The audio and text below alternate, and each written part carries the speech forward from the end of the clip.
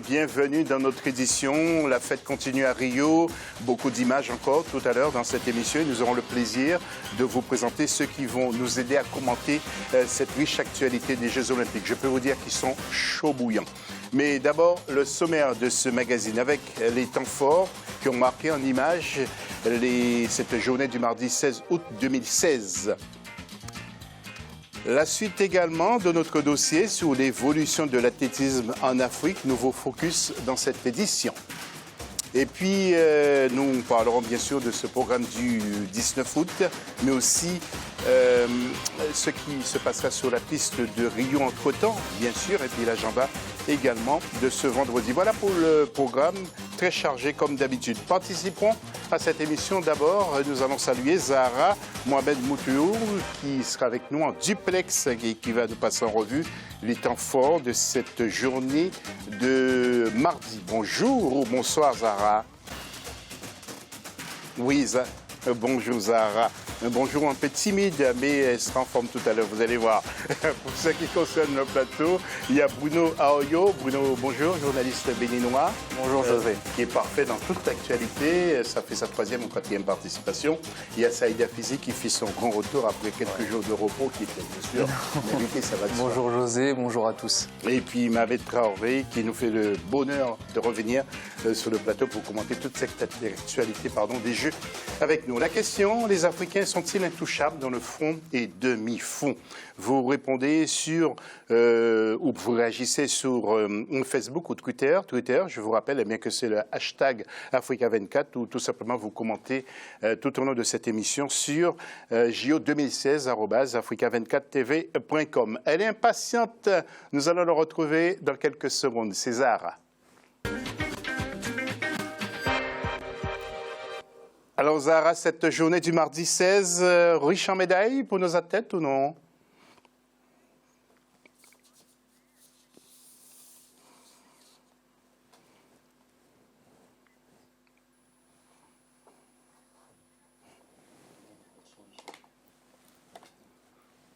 Tu n'entendras pas. Tu n'entendras.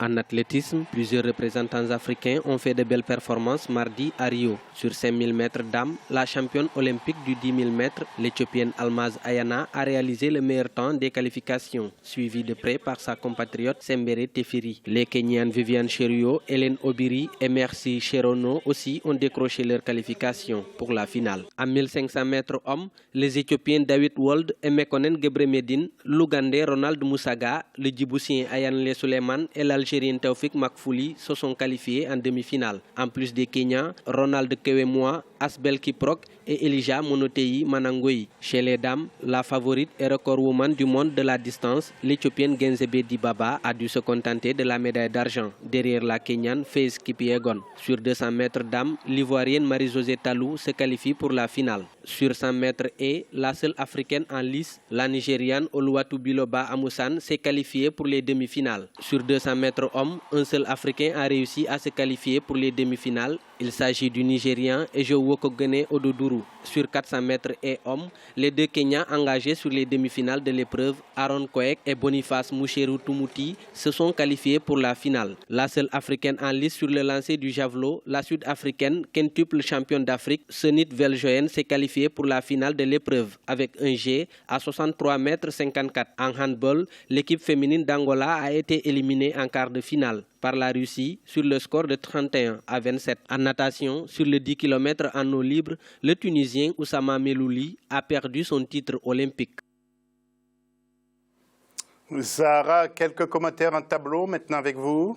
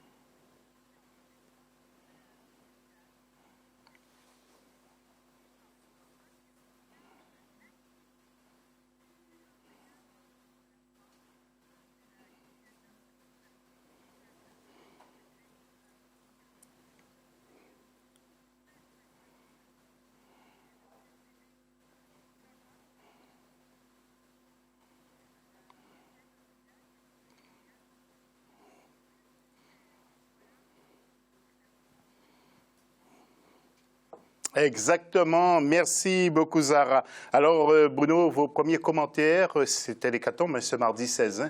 Pas beaucoup de médailles dans nos escarcelles. Non, mais moi, je voudrais surtout revenir en fait sur la victoire de la Kenyane Faith Kipyegon, qui m'a absolument impressionné, sachant qu'en plus la recordwoman de la distance, Genzebe Dibaba, l'Éthiopienne, n'a terminé que deuxième, donc c'est remarquable pour sa progression et c'est bien pour le continent africain que de nouveaux talents se mettent en avant. Oui, vous Saïd, qu'est-ce que vous avez apporté comme commentaire sur cette journée de mardi 16? Oui, pareil, Dibaba, qui était la grandissime favorite de cette course et n'arrive que deuxième. Donc c'est une course qui était assez particulière dans le sens où elle a commencé très lentement. Dibaba a déclenché son accélération au dernier tour. Donc à mon avis, il y a eu une erreur stratégique parce que les 200 derniers mètres, elle a complètement craqué et la Kenyane l'a tout juste avalé et a pris la médaille d'or. Et on n'attendait pas cette Kenyane-là prendre la médaille d'or. Donc déception pour Dibaba, mais les deux premières places pour le continent africain. Donc c'est une très bonne chose pour nous parce qu'on sait que sur le demi-fond, on est très attendu, contrairement à certaines autres disciplines. J'aime bien le terme, Mohamed, que Dibaba a été avalé par la Kenyane de Sidi, de Saïd. Bien sûr, surtout que je pense qu'elle-même n'y croyait pas. Après la victoire, on l'a vu s'effondrer sur le tarmac. Mais ce que j'ai aussi retenu pour ces courses-là, c'est la victoire de Talou en demi-finale, qu'elle a terminé première.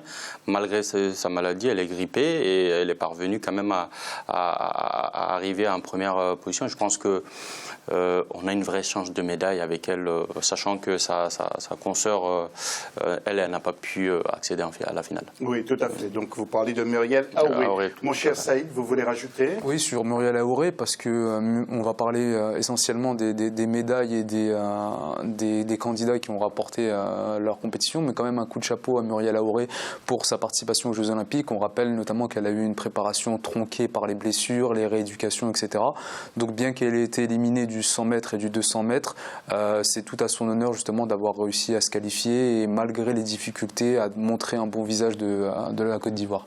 Oui, merci. En tout cas, les Ivoiriens seront très contents de ce coup de chapeau que vous tirez à Muriel Aouré qui le mérite. En tout cas, ce jeudi, nous attendons tous, nous serons impatients et nous aurons des yeux de chimène pour voir justement cette finale du 100 mètres. Mais vous le savez que la favorite s'appelle la Jamaïcaine Hélène Thompson. Nous allons parler de football maintenant avec les images du Brésil, les Brésiliennes qui ont perdu malgré, vous le savez, un public qui cherche à déstabiliser justement les adversaires. Donc les Brésiliennes ont perdu devant les Suédoises, alors bien que le score était de 0-0 dans les temps réglementaires. Et puis après ça, on est passé, comme d'habitude, aux épreuves de pénalty. Et là, eh bien, c'est la sentence pour les Brésiliennes. Bruno, qu'est-ce que vous en dites à ce sujet?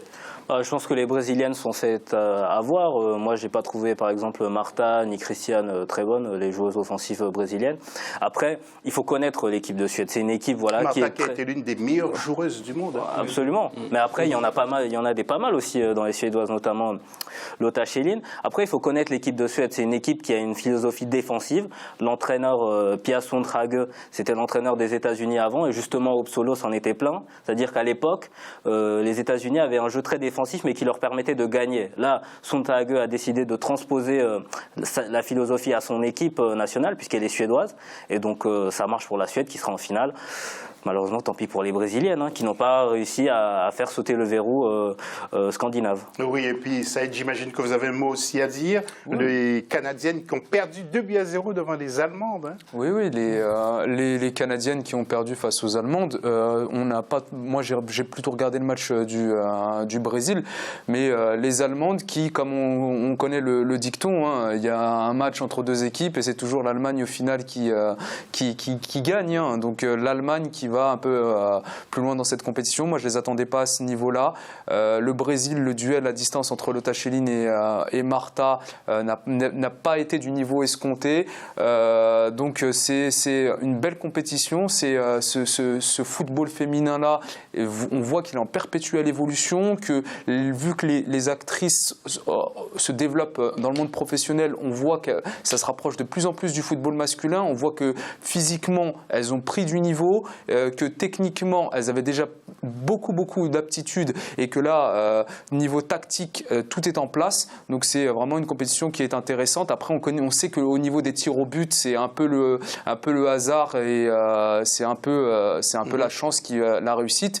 Donc vraiment une belle compétition. Attention à l'Allemagne. Moi, je les voyais pas, pour être honnête, je les voyais pas à ce niveau-là de la compétition. Donc on va voir lors du prochain tour. Oui, Mohamed, on n'aura pas le temps, mais parce que Mohamed n'a pas encore parlé. Mohamed, qui voyez-vous pour la médaille de bronze entre le Canada et le Brésil? Bon, je dirais peut-être le Brésil parce qu'ils sont chez elles. Mais après, c'est vrai que ça fait des années, aujourd'hui, pratiquement toutes les équipes brésiliennes de football au niveau international, ça cale tout le temps dans les dernières phases parce que tout simplement, les autres pays ont rattrapé le gap qui existait entre ce football-là et le leur à travers la professionnalisation. On parle de la Suède, de l'Allemagne. Ce sont des pays qui ont énormément travaillé. Ils ont tout simplement rattrapé ce Brésil-là qui, du point de vue football au niveau local, structurellement, a des difficultés et ça se ressent dans les compétitions internationales. Et puis il y aura Nigeria-Allemagne en demi-finale chez les hommes, rencontre sur laquelle nous aurons bien sûr l'occasion de revenir dans notre magazine des Jeux. Nous allons partir dans le village maintenant.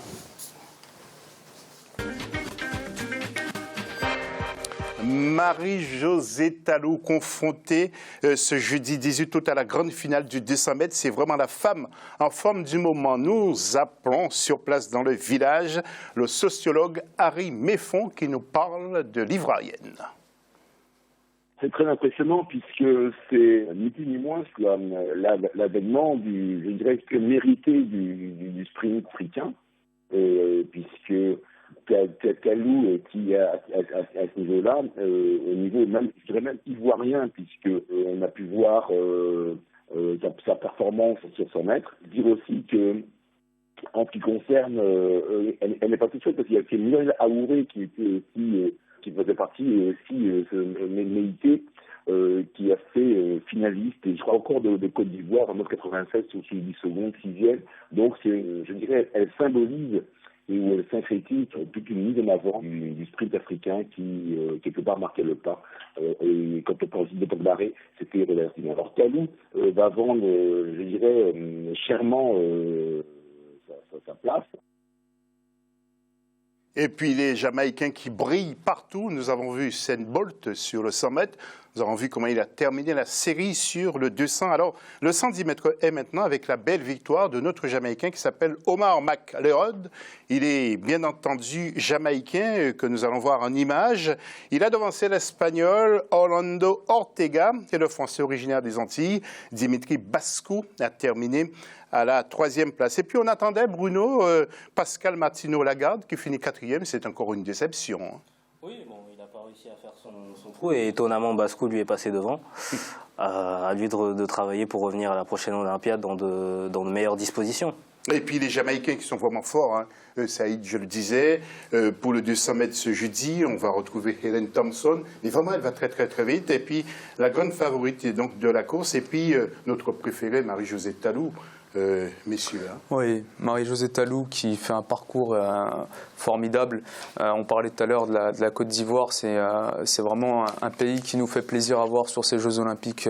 Donc après, à voir, moi je pense qu'elle peut réussir à décrocher une 3e place au minimum. Je pense qu'elle a vraiment envie. On sait qu'elle a un petit problème de santé en ce moment, qu'en plus elle ne peut pas vraiment se soigner par rapport au contrôle médical qu'il y a actuellement sur les Jeux Olympiques. Donc elle se contente justement juste de paracétamol. Donc ça peut lui donner un surcroît de motivation et en plus de ça, ça peut lui enlever la pression. Elle peut se dire, voilà, je suis malade, je n'ai strictement rien à perdre et je vais faire le maximum. Ça peut lui enlever beaucoup de pression et elle peut créer la surprise en se qualifiant, en décrochant une 3e place. Mohamed Traoré, je vais vous demander vos commentaires après. Louis-Georges Tin, président du CRAN, Conseil représentatif des associations noires, est remonté comme une pendule. Nous l'avons reçu sur notre plateau. Il nous donne son avis sur ces Jeux et il nous apporte aussi son point de vue sur le commentaire de l'un de nos confrères lors de la cérémonie d'ouverture des Jeux qui avait fait allusion, nous ne citons pas de nom ni de chaîne, s'il vous plaît, qui avait fait allusion à l'esclavage et le développement industriel et agricole du Brésil avec l'utilisation des services des esclaves africains. Ça le fait bondir Louis-Georges Tin. Écoutez ses commentaires et après nous allons écouter Mohamed Traoré et peut-être aussi les autres personnes qui sont sur ce plateau. Écoutez. C'est ça les Jeux Olympiques, c'est la rencontre du monde entier. Il est normal qu'il y ait ces brassages, cette diversité, c'est ça qui est formidable. Lors de la cérémonie d'ouverture, il y avait des tableaux vivants censés représenter l'histoire du pays. Et le chapitre concernant l'esclavage a été présenté avec des termes extrêmement étranges. Le journaliste disait que l'esclavage avait été nécessaire pour le développement du Brésil et que les Africains avaient finalement rendu des services au Brésil. Alors voilà des termes extrêmement choquants qui visent soit à minimiser l'esclavage des services, voire presque en faire l'apologie puisqu'on nous dit que c'était nécessaire.